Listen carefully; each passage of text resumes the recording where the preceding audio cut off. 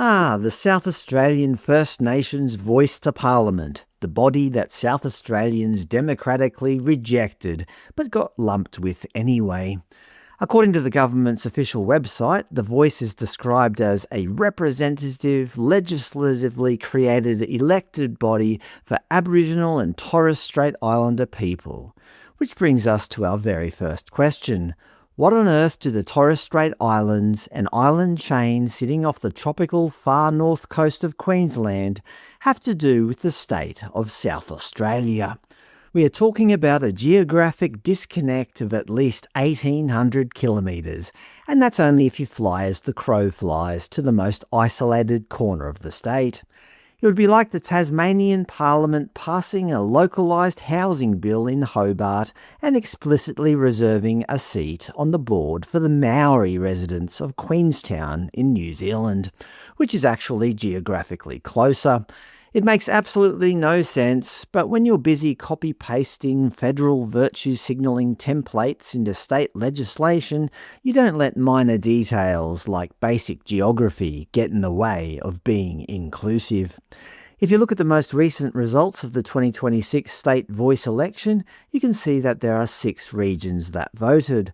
Looking at the electoral map, these regions are huge, keeping in mind South Australia is comparable in geographic area to the combined areas of France and Germany. If we take a look at Region 5, shown in grey here, West and West Coast, the results are quite telling. In that massive geographical region, there were only 296 formal ballot papers. If you look at the actual breakdown of the votes, out of the 5 candidates, only 4 got elected.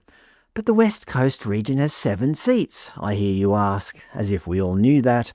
But for some reason, Mr. Keenan Smith missed out. According to The Guardian, Mr. Smith has experienced multiple prejudices as a First Nations gay and non-binary person. Not only has society failed him, now democracy has failed him too.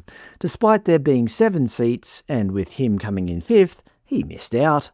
Why? Because he had the wrong biological sex. According to the Electoral Commission, in the name of equality, the West Coast region must have 3 male, 3 female, and 1 any gender. Sorry, Keenan, as there were already 4 blokes who got more votes than you miss out.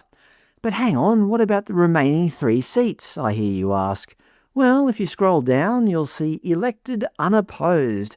As only 3 female candidates were accepted for Region 5, the 3 ladies got in with exactly 0 votes needed. Poor Keenan worked so hard to get those 29 first preference votes, but as his sexual biology doesn't match the required quota slot, he gets booted. Although he got voted in the inaugural voice elections 2 years ago, he has now been erased due to legalised sexism. It's tough being progressive. In Region 6, York and Mid-North, the exact same thing happened. 4 male candidates got elected, while Rex Angie missed out despite there being 7 seats up for grabs. But never fear, 3 ladies were elected unopposed because, this is how democracy works now in Australia.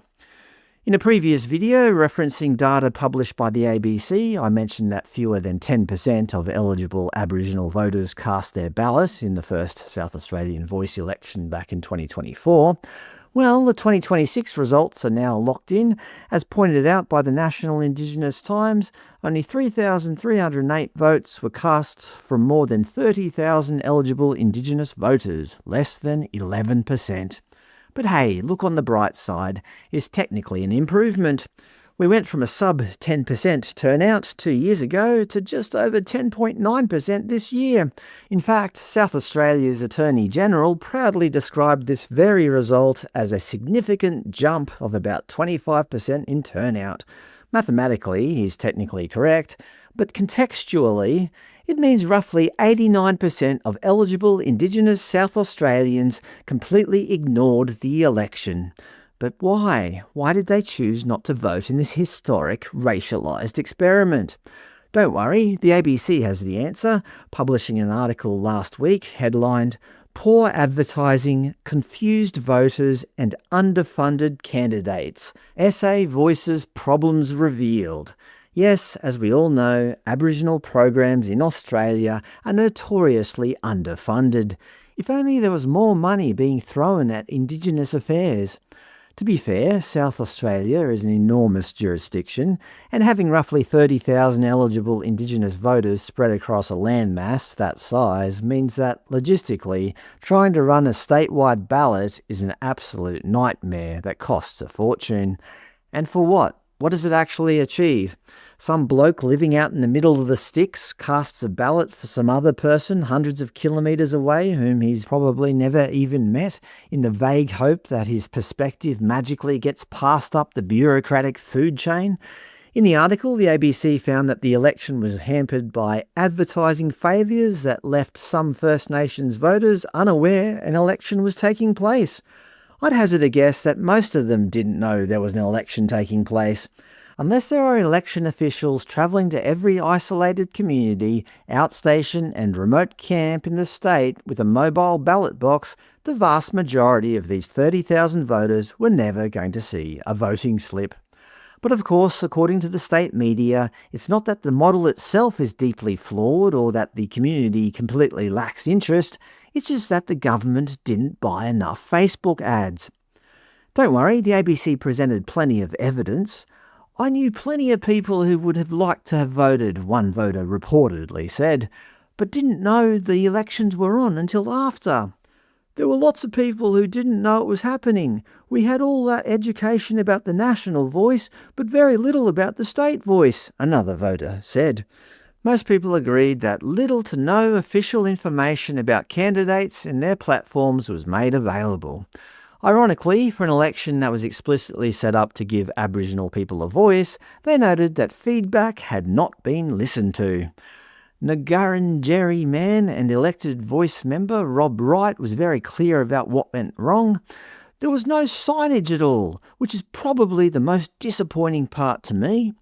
While former Central Voice member Scott Wilson lamented, I had expected to see Aboriginal people employed, Aboriginal paraphernalia, so that you would know that that's where to go or what to do. But there was none of that at the actual polling station. No signs, no Indigenous staff, and people not being listened to. What kind of progressive democracy is this? Others went further, claiming it was an unsafe election, noting that some voters were queried about their racial background at polling booths. Well, what did they expect? That is the natural, inevitable result of creating a racialised election where only people of certain certified backgrounds are legally allowed to vote.